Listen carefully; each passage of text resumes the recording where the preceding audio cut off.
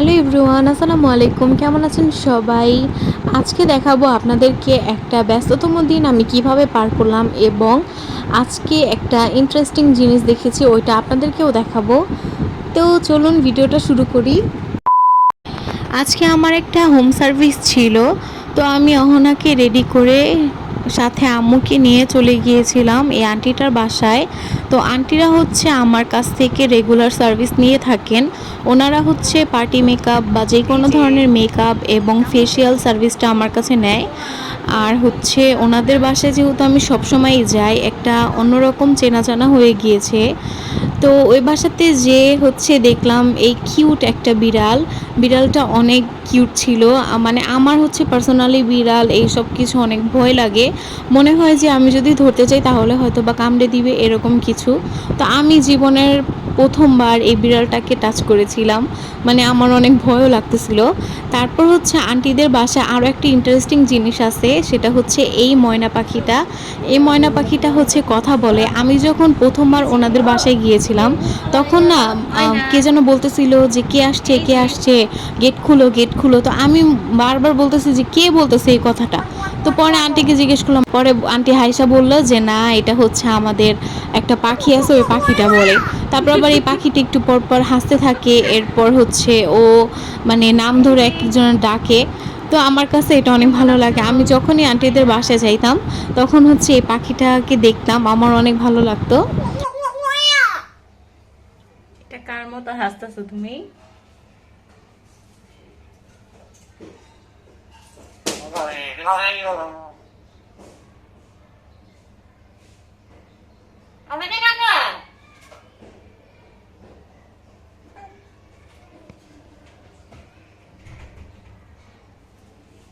দেখেন পাখিটা কি সুন্দরভাবে কথা বলে, আর একটু পরপর বলে ময়না ময়না। ময়না,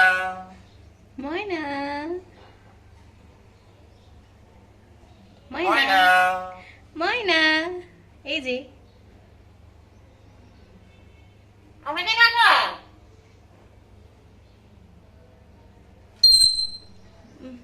কানটা তোপড়াতে গেল।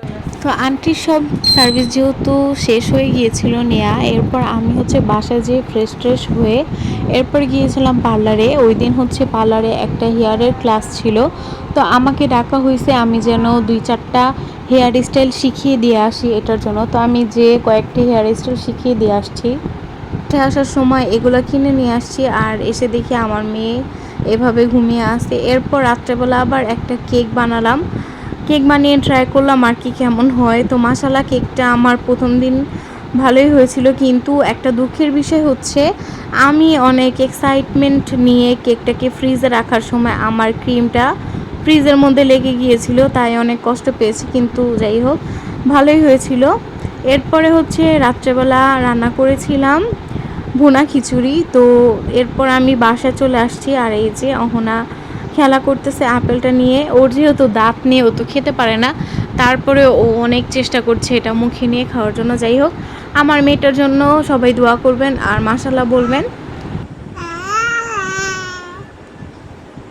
তো আজকের ভিডিওটা এ পর্যন্তই ছিল। ভালো লাগলে অবশ্যই লাইক দিবেন, আমার চ্যানেলটাকে সাবস্ক্রাইব করবেন। আর এতক্ষণ ভিডিওটা দেখার জন্য ধন্যবাদ সবাইকে। আল্লাহ হাফেজ।